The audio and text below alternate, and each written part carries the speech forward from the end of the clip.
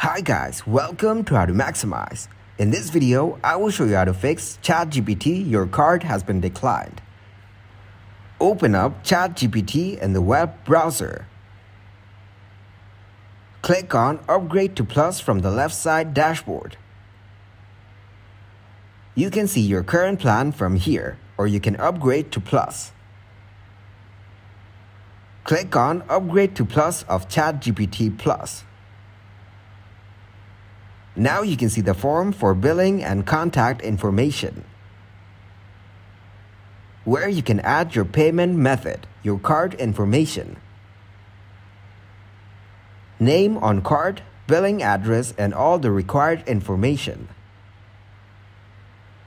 On your left-hand side, you can see your total bill you need to pay for ChatGPT Plus subscription. Open ChatGPT in the new tab. Click on Upgrade to Plus from the bottom left corner. Then tap on I need help with a billing issue.